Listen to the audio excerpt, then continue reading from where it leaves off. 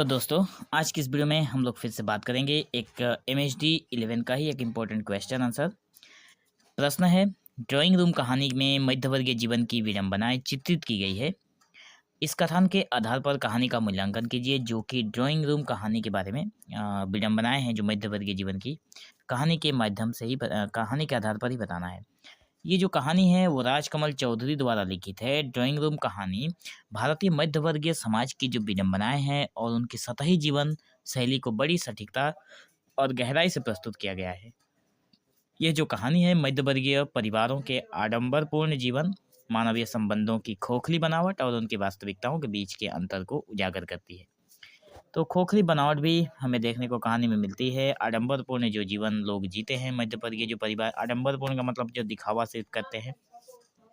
तो कहानी का मूल्यांकन के तौर पर अगर हम लोग करें तो पहला नंबर पॉइंट हमें लिखना पड़ेगा ड्राइंग रूम का प्रतीकात्मक अर्थ।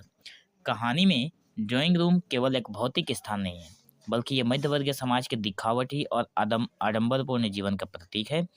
ड्राइंग रूम वह स्थान है जहां परिवार अपने सबसे सुंदर और व्यवस्थित रूप को प्रदर्शित करता है, लेकिन इसके पीछे की सच्चाई अक्सर बहुत अलग होती है।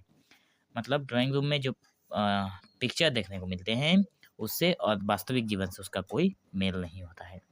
दिखावे की संस्कृति के बारे में क्या बताया है हमारे राजकमल जी ने। कहानी में ये दिखाया गया है कि कैसे मध्यवर्गीय परिवार अपने जीवन को आदर्श और संपन्न दिखाने की कोशिश करता है। मध्यवर्गीय परिवार है जो अपने को संपन्न दिखाने की कोशिश करता है, लेकिन असल में वो संपन्न है नहीं, वो दिखावटी कर रहे हैं। वो अपने सामाजिक प्रतिष्ठान को बनाए रखने के लिए कृत्रिमता और दिखावे का सहारा लेते हैं। वास्तविक जो समस्याएं हैं वो तो उनके साथ है ही, तो वास्तविक समस्याओं और संघर्षों को पर्दे के पीछे छिपा दिया जाता है। तीसरे नंबर पॉइंट में है संबंधों की खोखली बनावट है। लोगों के साथ जो संबंध बनाते हैं उसमें खोखलापन है। कहानी में जो रिश्तों की बनावट को भी बड़ी गहराई से चित्रित किया गया है। मध्यवर्गीय परिवारों में रिश्ते अक्सर औपचारिकता और सामाजिक दिखावे के कारण सतही हो जाते हैं। परिवार के सदस्य एक दूसरे के साथ केवल सतही संवाद करते हैं और गहरे भावनात्मक संबंधों का अभाव भी होता है।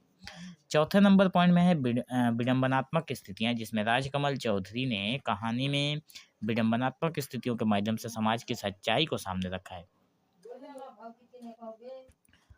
उदाहरण के लिए ड्राइंग रूम में भले ही सब कुछ सुंदर और व्यवस्थित लगे, लेकिन घर के भीतर का जीवन संघर्ष और अव्यवस्था से भरा होता है। यह विरोधाभास मध्यवर्गीय जीवन के सच्चाई को प्रकट करता है। विरोधाभास का मतलब हो गया विरोधी या फिर अगेंस्ट में जो चीज़ें हमें दिखाई देती हैं कहानी में। मध्यवर्गीय जीवन का संघर्ष भी हमें देखने को मिलता है कि मध्यवर्गीय परिवार किस तरह से अपना संघर्ष करते हुए जीवन यापन करता है। तो कहानी में यह भी दिखाया गया है कि मध्यवर्गीय परिवारों को अपने जीवन को बनाए रखने के लिए कितने संघर्ष करने पड़ते हैं। आर्थिक तंगी सामने आती है, सामाजिक दबाव रहता है, व्यक्तिगत इच्छाओं के बीच भी तालमेल बैठाने की चुनौती उनके मानसिक और भावनात्मक रूप से थका देती है। कहानी का संदेश ये है कि ड्राइंग रूम कहानी समाज को उस हिस्से का बेनकाब करती है। मतलब यहाँ पे सारा भांडा फोड़ दिया जाता है जो बाहरी रूप से आकर्षक और व्यवस्थित लगता है, लेकिन आंतरिक रूप से खोखला है और विडंबनाओं से भरा हुआ है। यह कहानी दिखावे और वास्तविकता के बीच के अंतर को उजागर करती है और ये संदेश देती है कि असली खुशी और शांति दिखावे में नहीं, बल्कि सच्चे और भावनात्मक रूप से प्रामाणिक जीवन में है। कि दिखावा करना बंद करिए, जो असल में आप हैं उसी में आप संतुष्ट रहिए और लोगों को वही दिखाइए जो आपका असली चेहरा है।